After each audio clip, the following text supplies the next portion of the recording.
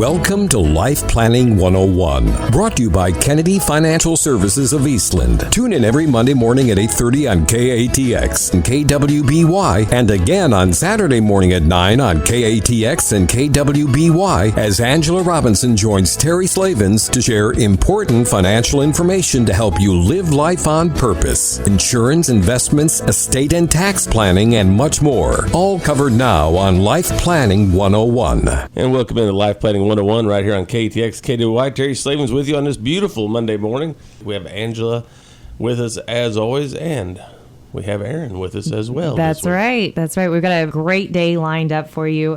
Just plenty to give you food for thought for Thanksgiving, no pun intended. But it is a good day. We've got Aaron Kennedy in house, our very own CFA, and very happy to have him to talk about what's going on in the markets. I know everybody is just, that's the question on everybody's mind and has been for the last several months. So he's going to be joining us later on in the show. And we've got a quick little, planning item, I guess, to discuss and a very important one. So I want to play with your imagination for a minute, okay? Let's just say that earlier this year, you bought a mutual fund, okay? And let's pretend the market isn't all crazy and up like it is right now. It's just, it was just normal year investing, made a little bit of money with a mutual fund, or maybe you did make a lot of money with a mutual fund, but you hadn't sold the mutual fund, okay? And when tax time rolls around next year, you get this 1099 from the company that says you owe capital gains tax on that investment, but you didn't sell it. You didn't do anything to trigger capital gains. What is that? How did that happen? Well, it's called a capital gains distribution, and it happens all the time with mutual funds. And this is overlooked a lot because we see this when we look at portfolios. A lot of people, they forget that really there's three components that make up a portfolio for its returns, right? You have obviously the investments themselves, how they perform. You have the fees on those investments. So you might have advisory fees or broker fees. You might have management fees for a fund or a portfolio itself, whatever those are. But the fees add up. Sure. And you have to pay attention to them. And then you also have the taxes. And this is the often least talked about, I guess you could say, and forgotten about. So here's an interesting thing for you. If you own mutual funds, you need to have your antennas up, be looking and seeing if this is you this year, because 48%, so almost half of all mutual funds, have announced already that they're going to distribute capital gains distributions this year. So that means whether or not you sell your fund, whether or not you are trying to, get proceeds from your investment, you are going to pay tax on capital gains distributions. And you're looking at me very, very, very confused, which I'm really glad you are, Terry. So that's the point of this show. So, this, because it is overlooked, people don't understand what and why and how this works. So I'm going to kind of back this up and explain the mechanisms behind it. So when you have a mutual fund, okay, you have a manager that's running that usually. And that manager is buying different investments inside of that mutual fund and selling different investments inside that mutual fund. And they do it for, two reasons. They do to manage the fund, right? If something's not in favor, they may want to sell it or they may want to buy it or whatever they want to do inside of there. So they're doing it to actually manage it for performance, right? But then also, how many other investors are like you and own that mutual fund? How many times do they need to liquidate? Right? So sometimes there's a forced turnover inside of the mutual fund, which creates forced selling and buying of different investments inside of there. Okay. Things of which you have no control over whatsoever. So when these things happen inside of that little wrapper, guess what happens at the end of the year? That's when you get the capital gains? That's when you incur the taxes. Now, to be fair, let's look at the opposite side to that. Okay, this is a very favorable situation. Let's say if you have a 2008 and 2009, these managers can also harvest losses. They can, sell things and buy other things to take big losses so that, those are able to carry forward for many years. And in fact, we saw this. And maybe Aaron can even intervene here. How many years was it before we saw capital gains distributions after 2009? It's very recent. Yeah, it was But very recently, it's been horrible. brutal. I mean, we're looking at, 380% growth since then? Yeah. So people have gains in those portfolios, and they're being sold off. Whether you're selling them or not. Right. And Right. that's the key. People don't realize this. In fact, we just saw a client last week. Aaron and I were on the phone and discussing it, and it made more sense to incur, what was it, almost $80,000 in capital gains selling the mutual funds than it did to take the capital gains distributions that were going to be coming out of those mutual funds. That's right. Think about that. That's crazy. That is crazy, right? So, and the worst part is if you just bought it this year, you could be subject to capital gains distributions that go back for years and years and years that have nothing to do with you. Okay, so it's a very important thing to be able to know exactly what's going on with your portfolio. Now, the good news behind all of this, so we actually have a tool. It's called the tax estimator. So it's something that we can take a mutual fund portfolio and put it into it and see exactly what that tax estimate is going to look like on that portfolio. Pretty cool. Right? And it's really important. A lot of people say, well, that's my only option if I don't want to own individual stocks. Well, it's not. Okay, there's a lot of different options. Example, we use a lot of exchange traded funds inside of our portfolios. Well, exchange traded funds act differently from a mutual fund.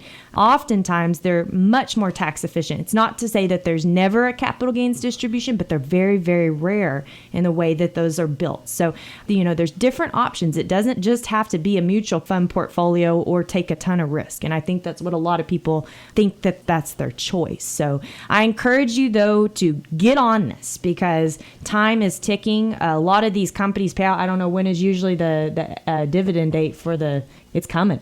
Yeah, a lot of them are November and December, and the majority of companies pay out in December. Really? So if you're looking for it, they usually announce sometime between August and October. You might want to look up that fund company and see what their estimates are going to be. Yep. It could be powerful. It could be painful. I think we're looking Very for the painful. latter, painful, right? Yeah. Not powerful. Is there anything you can do to prevent this? Absolutely. Sell them. Sell them. Yeah. Okay. So if you're able to get out before those capital gains distributions are paid, and you can obviously buy into something that isn't going to be as tax efficient, it doesn't mean that you need to sell and get out of the market. You can stay invested, and oftentimes you can stay invested in very similar investments. Okay. So not change your strategy a whole lot, just make it a lot more tax efficient. Yes. So I know that's the case that we were working on last week. We're immediately reinvesting all that money into very similar type investments, but we're getting out of the tax burden that the exists. surprise. The surprise. The ugly surprise. And The Christmas present. That's Yeah. right. yeah, and I think also, it's a good point to note. A lot of people say, well, capital gains is a much more favorable rate. Well, Trump tax changed a lot. Actually, going back to Obama, when we did Obamacare, it started to change that. And then the Trump tax reform really changed that. Because now you have an income tax percentage that's a 12% percentage where you could be paying 15% on your capital gains at the same income levels. Okay, Right. so you might be paying more in capital gains than you are on your ordinary income tax. So don't think it's like it always was and that there's a favorable rate. Now, there may be, depending on your situation, but it doesn't mean there is. And then also, if you have over $200,000 of income, you're subject to Obamacare tax. Okay, so that's another 3.8% on everything that you earn that's investment ordinary income. So you got to be careful about, thinking that, oh, well, it's just capital gains, it'll be okay. No, it's a different world we live in. So make sure that you know your tax liability, you know your portfolio, you know what's going on. You can use our tax estimator. Just get onto our website and you can hit the contact button and say, I like our tax estimator, or call our office and get this done because you don't want it to be that painful for you. So lots of good stuff right here on Life Planning 101. When we come back, we have a market update from our very own CFA, Aaron Kennedy. You're not going to want to miss it. Segment 2, Life Planning 101, right here on KTX KDY. Angela? Yes, and we are back here on Life Planning 101. We just got through talking about capital gains distributions out of your mutual funds and how painful that can be. So if you missed that first segment, I encourage you, go on to our website, www.kennedy-financial.com. or look for us on, my goodness, I think any and all, Spotify, iHeartRadio. You can also listen to KATXradio.com or KWBYradio.com and find us and listen to it. Is very, very, very important. You don't want a surprise tax hickey that you have no idea is coming. So with that being said, let's get on to bigger and better and brighter things, talking about the market itself. And I know we've got, Yeah, wow. Well, it is bigger, better, and brighter right now, right? Depends on the day. So Yes, depends on the day. So Aaron Kennedy, our CFA with Kennedy Financial Services and Smart Money Group, happy to have you this morning. And what can you tell us that's bigger, better, and brighter, and maybe some things that we need to watch out so we don't end up on the darker side? Yeah. This has been absolutely a fabulous year. Last week, the market was down about 0.33%. But that breaks a 6-week run of the market going straight up. You know, if you listen to the media or read anything out there, you would think the world's falling apart, but it's not. The global market's up about 20% year to date. That's huge. You know, if you go back 1 year, so we're even picking up the downfall in December. You know, the U.S. market's up almost 20, international's up over 12, bonds are up over 10. I mean, it would be hard to invest anywhere and not make money over the last year. It's been fabulous, and it's a hated market. You know, nobody knows that it's been so great. You know, well, they have better things to talk about, right? Yes. I mean, you know, impeachment. Yes. Yes, and you know what? That is a wonderful thing to remember. The market always climbs a wall of worry, you know, and the market is always looking forward.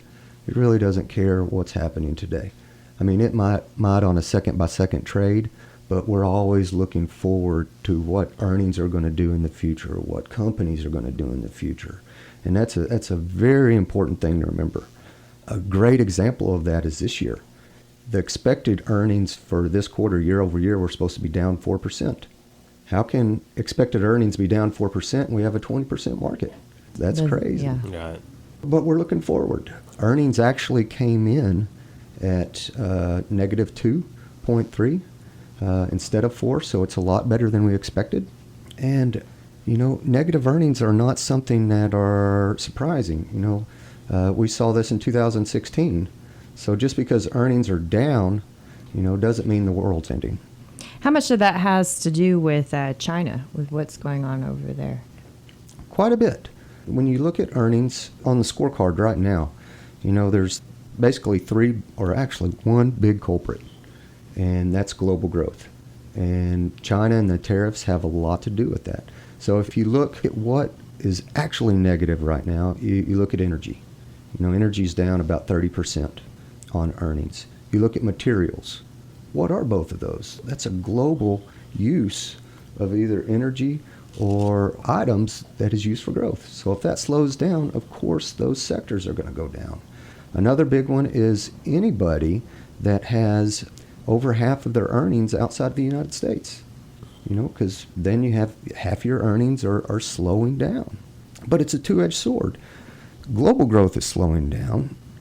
U.S. is slowing down, not as bad. So we have slower global growth and a rising dollar, you know, so that's not a good recipe for great earnings going forward. So that's a very, very good way to look at it, is global growth. So what would you be saying, you know, are some things that people, when they are watching the news, obviously, to hear through the riffraff, what should they be looking for that changes that picture, that makes that more positive? Well, okay. So, so the rest, if we don't look at global growth, one of the big things that is driving down earnings is wage growth. Wages are growing at 3.4%. Inflation is 1.8%. So wages are growing faster than inflation. So across the board, we have these companies that are having to pay more because guess what? Unemployment is so low. We are completed like for 50-year workers. lows. Yes. It's crazy low. Yeah. And now look at 70% of our economy is the consumer. We have record low employment, almost record high wage growth, and they all feel good about it. So they're spending money like crazy. So, if you look at the market from that standpoint, it's very robust, because we have the majority of our economy running on all cylinders at this point. So Wow. it feels pretty good economic-wise. One of the big things out there is you keep hearing about industrials, or PMIs, and we are in a manufacturing recession at this point globally. Our growth rates are negative, not so much here in the U.S., but the rest of the world. But that's a tiny percent of the overall economy, less than 10%. So less than 10% of our economy is doing not so well, but 70 is killing it. Gangbusters.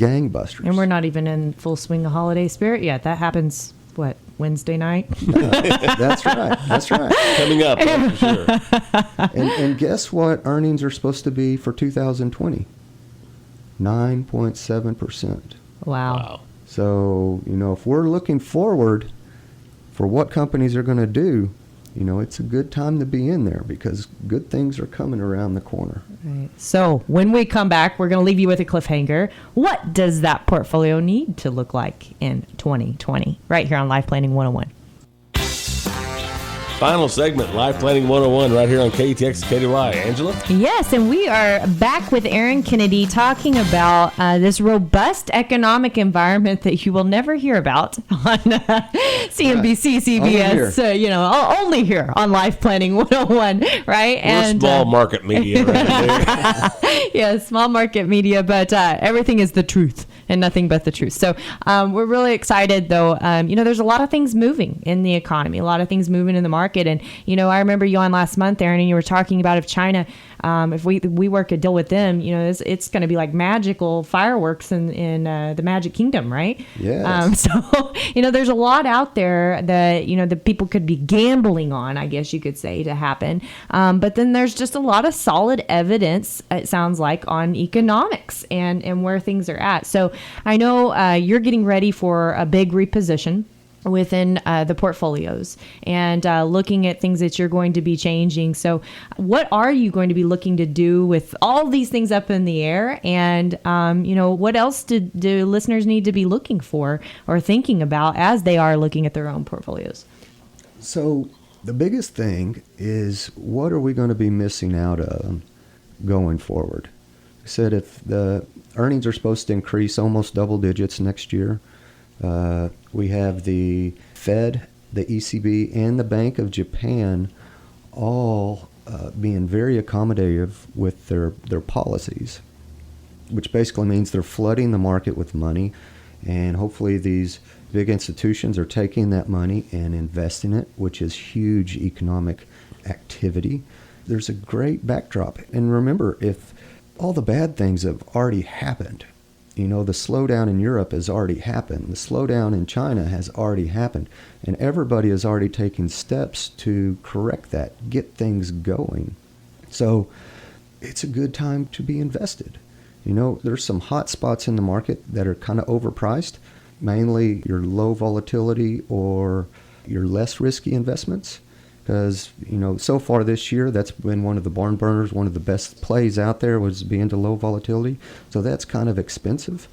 But things that are starting to work that haven't all year is small companies, value stocks. The most beaten up stocks are finally starting to move. And that's been years since we've seen value move. Yes. Technology is really, really expensive. There's ways to invest. Even technology companies out there, there's cheaper technology companies. So I would look to be more on the valuation side, maybe take a little bit of price risk out of the market and buy a little bit of more value-oriented, a little bit safer investments, that kind of thing going forward. Another big thing is high dividend stocks because, I think the Fed's got rates down to 1.75. 10 years very, very low. It's hard to find income, so if you can find a good quality company that's paying a large dividend, that would be a good place to go because those haven't done that well this year, comparably to technology. Comparative to the 20%. To the overall market, yes.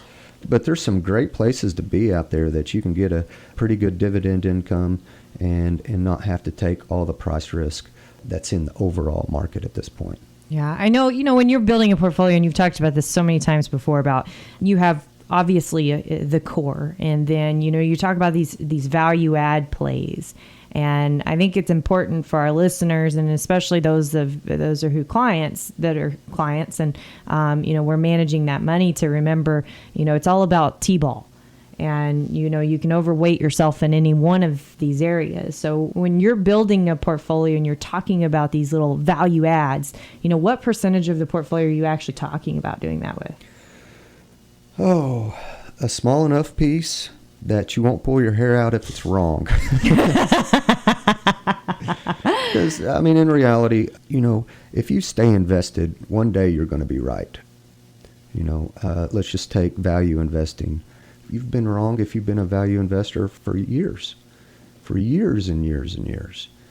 So if one day that'll come back, and one day that'll trump the market, and it'll beat growth hands over fist, and the value investors will come back out and say, hey, look, I was right. Warren Buffett's right. But at this point, it's scary because it has not been favorable. Underperformed. It's not that it's lost money, but it's underperformed. And when we have these decade-long phenomenals like growth outperforming or large cap outperforming small caps, people forget the basics of investing, which is buy low, sell high, not buy high and pray that it goes higher. Right. That's a recipe for disaster, right, in the long run. Right. And I think, a gut check every once in a while is good. I think about this when it comes to my roping. And I know this is crazy, but if I feel like something just isn't working, and I know, even though Brett has told me 1,000 times I need to be doing it this way, and it just doesn't feel like it's working, it doesn't mean that I need to stop doing that if I want to get better. Right. And I think investing comes to the same place of what I'm hearing you say, is that, we know these disciplines to be true because over the long haul, and that is what investing is supposed to be for, not over a short period of time. Get rich quick not is not an option. Gratification. Yeah. That's right. Over the long haul, we know those disciplines will hold out and win. It's just staying that course, no matter how painful it is to get through that. And sometimes it's a learning curve to get through that, but you've got to be able to do it. And I remember, I think 2011, the market was going gangbusters. And, everybody's saying, why aren't we going gangbusters? Well, it's because we held true to our disciplines. And how many times has that paid off before? 07, 02, all these times that the market was going gangbusters, but, it fell apart just as quick. So it's important for you to keep level-headed, to stick to your disciplines. We have a saying, our experience has taught us to be comfortable with those disciplines. So if you don't have that experience, you need to be seeking somebody to have that experience with. And don't forget our tax estimator online. Find out that those capital gains are going to kill you inside your mutual funds this year, right? That's right. But Aaron, thank you so much for being on the show. You're always insightful and full of sage advice. So we just greatly appreciate you. And thank you to all of our listeners. God bless you. Happy Thanksgiving. We truly are grateful for each and every one of our clients and the families that we get to work with. They're a blessing in our lives, and what we get to learn and experience and share with others. We just feel that is truly a blessing to so many others. So we appreciate you. Have a great week. Thank you for joining us for Life Planning 101, brought to you by Kennedy Financial Services of Eastland. Tune in every Monday morning at 8:30 on KATX and KWBY, and again on Saturday morning at 9 o'clock on KATX and KWBY for more Life Planning 101. Advisory services offered through Smart Money Group, LLC, a registered investment advisor. Securities offered through Calton & Associates Incorporated, member FINRA SIPC. Kennedy Financial Services Incorporated is an independent of Calton & Associates Incorporated and Smart Money Group, LLC.